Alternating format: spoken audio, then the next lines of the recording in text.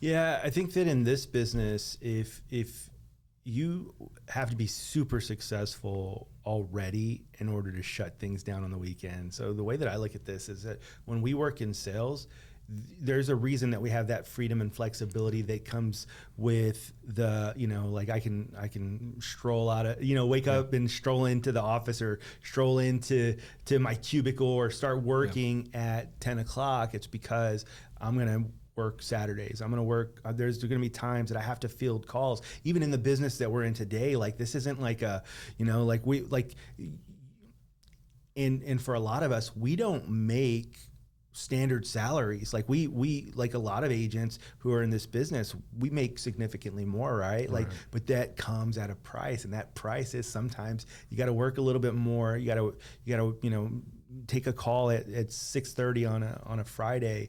You got to, you've got to do that. I think that's a lesson for me. One of the lessons I learned in that story is, Ed, like nowadays, I get so many of these sales calls, and they're like from spoof numbers. I don't call those numbers back. So I wonder if I've missed some opportunity by I think that's the thing too, right? Today, that's what we see is you see all these local phone numbers coming in, and the majority of the time it's this bot or it's some sort of sales call that's coming in. And so we kind of get in a mindset of like, I'm just going to ignore these calls. But me, again, the lesson that I learned there in my story and what I do now is I take that call. So here's what it looks like now. If I decide that I am going to, take that Friday off, or that I'm going to get off a little bit early. If that call comes in, I'm still going to answer it. I'm going to say, "Hi, this is Oscar." And if it is business that's coming in, if it's something that I can address quickly, then I'll take care of it. Or I might say something like, "Hey, thank you so much for calling me. I'm actually out of the office already for today, but I would love to help you. Is it okay if we set something up for Monday? And I'd love to chat a little bit more and go over everything. I know you want to make this change. Whether we make this change today on Friday or whether we do that on Monday, the plan will still go into effect the first of the month. And we have plenty of time. It's early in the month. We can still get it taken care of." So now, again, that's the lesson that I learned. I take the call. I might not always tell them, "Hey, I'm already out of the office." I might not personally say that. I might say, "Hey, look, I'm kind of wrapped up and I've got appointments back to back for the rest of the day. Would you be okay? Like, are you okay taking care of this on Monday?" And if they're like, absolutely not, then I might, try to figure out if there's a way that I can stop what I'm doing and help. Yeah. Because there are people, I was thinking about myself as a consumer, and man, I was thinking about this because Raul would not be the best salesperson to deal with, Raul. Because as a consumer, I feel like I have pretty high standards from salespeople, and I want them to be available. And I was thinking about this is that for myself, I want to get something off my plate while I'm thinking about it.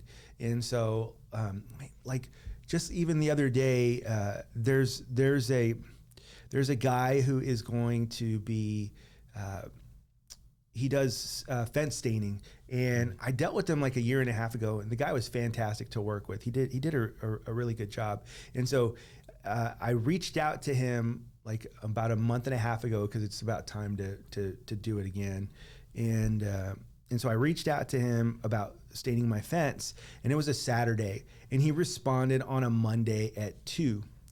And so I was like, man, it's frustrating because Monday at 2, I'm working. You're working. I don't have time to be dealing with this on a Saturday. I mean, I need to be dealing with it on a Saturday, not when I'm busy working. So then I didn't respond to him. And then I didn't hear from him again for a few days. So finally, I think it was that next Friday at 4 o'clock, I remembered again.